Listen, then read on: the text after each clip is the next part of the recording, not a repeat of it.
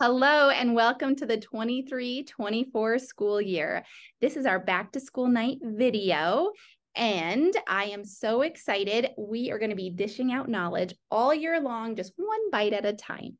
I would like to introduce myself. I am the very proud principal, Miss Crawford or Julie Crawford. I've been here, this will be my 6th year as principal, and I'm even more excited to introduce our new assistant principal.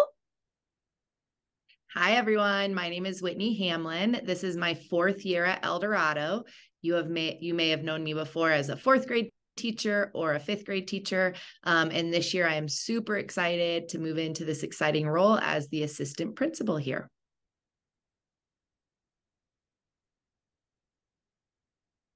Okay, today we are going to be talking about new staff, celebrations, and nuts and bolts.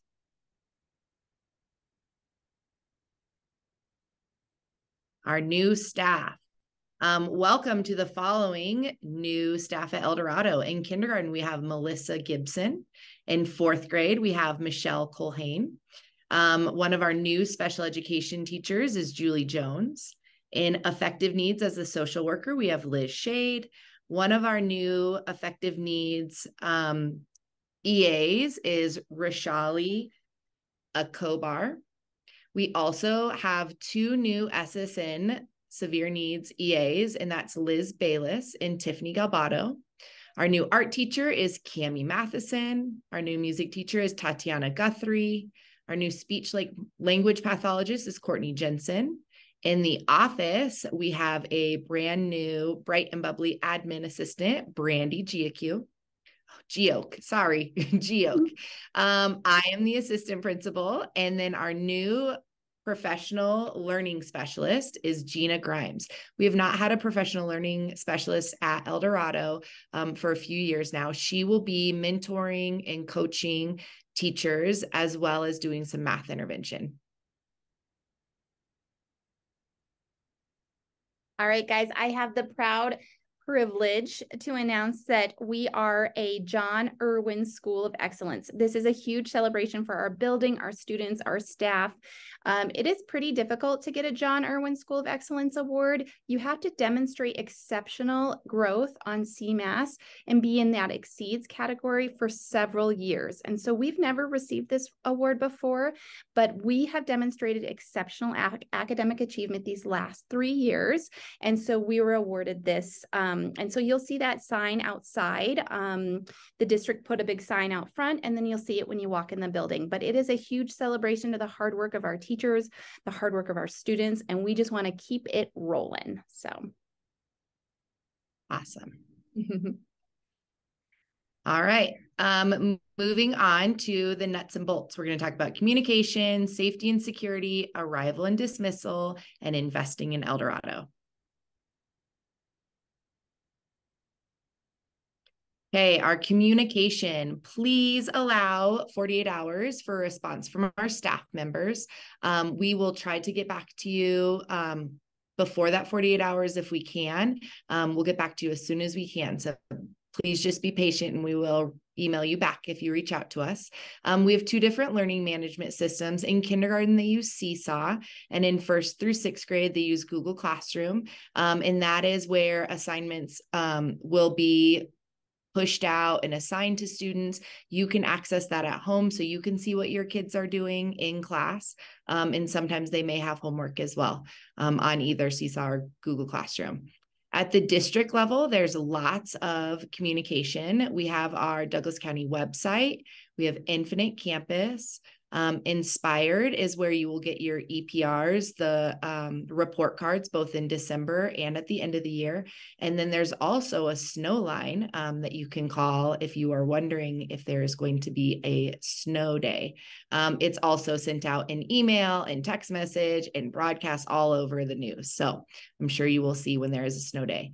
At the building level, we have a new website that we just pushed out for El Dorado. So please take a moment and check that out if you can.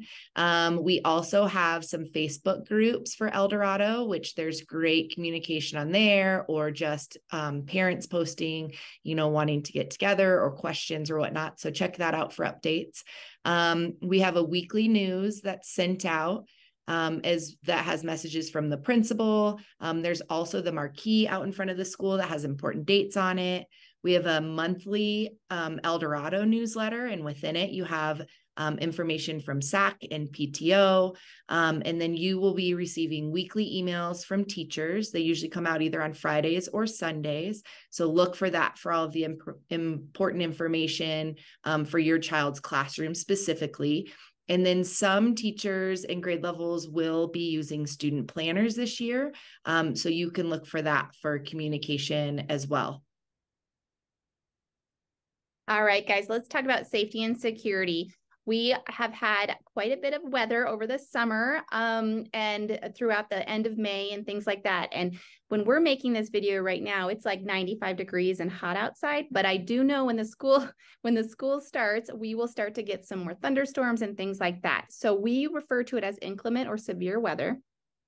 Just please know that we will call like a lightning dismissal or anything like that when lightning is within an 8-mile radius. You will be notified via text, email, phone call. We will put these big red flags out raised at the entrance of our, in the event of an inclement weather. So then if you're already parked here at 3:30, you could come in and get your kiddos. And then just know that All-Star students, if they're at before or if they're at aftercare, they're just going to stay in the school and go straight to the cafeteria. And then our walkers, they will either stay in the gym until it's safe enough for them to leave the building and walk home, or if you're on your way, you can come and obviously pick them up. So just be aware of all those inclement weather procedures and protocols. Typically, it runs very smoothly, and it's because of parents and how well and receiving they are. So we thank you for that. Building level security, we take it very, very seriously. So I appreciate all of your guys' patience and flexibility when we're talking about the safety and security of all students and staff here. Please know that we have both inside and outside cameras. We monitor our entry. We have front door access only. We use something called a Raptor system, and then we benefit from a school resource officer as well. So just know that the level of security that we try to provide our students and staff here every day doesn't necessarily impact them educationally, but it does add a really nice layer of safety and security that you guys know at home that is being provided here at school. We do practice what's called safety response protocols, and those are, your fire drills and all of those things. So I'm just going to go and tell you the vocabulary associated with our safety response protocols, because there are different wording per response to an emergency. So the first one is a hold, and basically that's where we hold students in the classroom if there is something happening outside of their classroom that might not necessarily be a danger inside the classroom or out in the hallway or anything like that. It could be a bad spill. It could be something that like a student needed some privacy at that moment, and then we just have to put a hold on that classroom door for a couple minutes until we can resolve the situation, or and then open the doors for the kiddos. The next one is called secure. That's where we get inside and lock any outside doors. Students return to the building. We do business as usual. We bring everybody indoors. And we just kind of increase situational awareness. That could be like maybe a coyote's outside or something like that, or we have to do a secure because there might be police activity somewhere in the neighborhood. The one that, and then we have evacuate, and that's typically our fire drills that we hold once a month, where we all practice and evacuate and go to a specified area outside of our building and practice those. The next one is called shelter, and that is, there could be, hazards might include tornadoes or earthquake or something like that. So we would practice a shelter in order to just know what to do in case there was ever a need for that. The last one is it's called a lockdown, and it is if there is a threat inside the building. And so we say locks, lights, out of sight. We practice this with our district security and our Douglas County Sheriff and the police twice a year. And then our students do a wonderful job practicing these, but in the event of a potential lockdown, those are those safety protocols that we practice.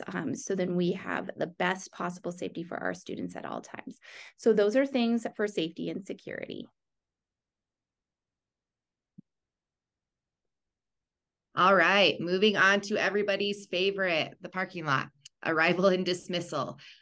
So please, we have a few handicap spots in the front of our building, and please, please, please, only people with only cars with handicap placards in the window should ever park in those handicap spaces. Sometimes people come and they just have to run into the school real quick to grab their kid, and they park there. Please don't do that. We have plenty of parking spots in the parking lot that you can park in. The morning coverage begins at 8:30. That's when staff members head out to the Kiss and Go. So you can pull up and have your kids, give them a quick kiss. They can get out of the car and walk to the front of the school or to the side of the school, the playground, whatever it is. We also in the morning have the Quick and Go, and that's the bus loop in the back. And it can also be used to do that same thing. Just pull up, say goodbye to your kids, and let them get out. Make sure that you're not parking there or stopping besides just letting your kids out. The lane closest to the curb is for drop off. So if you are dropping your kid off, please pull up to the curb to do that. And that inside lane is for moving traffic. Please do not park there. Okay. So if you have to get out for any chance, if your kid, you know that your kid, needs to take some time or you need to walk them up, please go ahead and park in the parking lot and then use our crosswalks to walk them up. And you are more than welcome to do that as well. We have lots of parents that walk their kids up in the morning, kind of hang out for a little bit until the bell rings. Dismissal in the afternoon, only the front of the school is the Kiss and Go. So it is not the back part, the Quick and Go, the bus loop, that's not used in the back. We need that to flow in other situations. So please do not park back there or picking up in the back bus loop. While students exit through multiple doors, they can all walk toward the front of the building and meet siblings and parents. Just make sure that you communicate with your children about where you're going to meet them. That's the biggest thing. Are you going to be picking them up in the Kiss and Go? If so, make sure they know to walk there and they are ready to get in. You also, if you park and come pick them up, you can pick them up in the back garden area, whatever. Just make sure that you communicate so that we can keep that Kiss and Go going and we can get everybody on their way. Thank you. All right, guys, this is my favorite part, investing in El Dorado. And we could not do this without the volunteers and the parents and the community that rally behind us and support us and show up each and every day. So I just want to put it out there that we will always, always, always welcome you guys into our building. There's multiple ways to invest in El Dorado, whether it's classroom support, you could be a potential room parent, you could attend our SAC meetings or our PTO or be a part of those, help run events, things like that. We'd also love for all of you guys to attend our PTO events. Our PTO does an amazing job building community within our school. And I guarantee if you go to any of the events, you will have a good time. Your family will have a good time. The teachers always attend. It's a really good time. So I encourage you guys to attend those PTO events and then volunteer at any time throughout the school year. If you are interested in our school accountability committee, our new chair is Michelle Cortez. And then if you are interested in attending our PTO meetings, our president is Alicia Stemmerman. All righty, hopefully we're under the 10 minutes.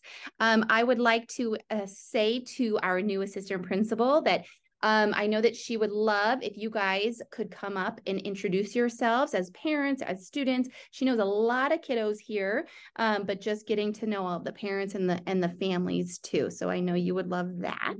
Yes, And please then come up and say hi, introduce yourself. And then this presentation will be posted on our new website. And remember, that's ee.dcsdk12.org.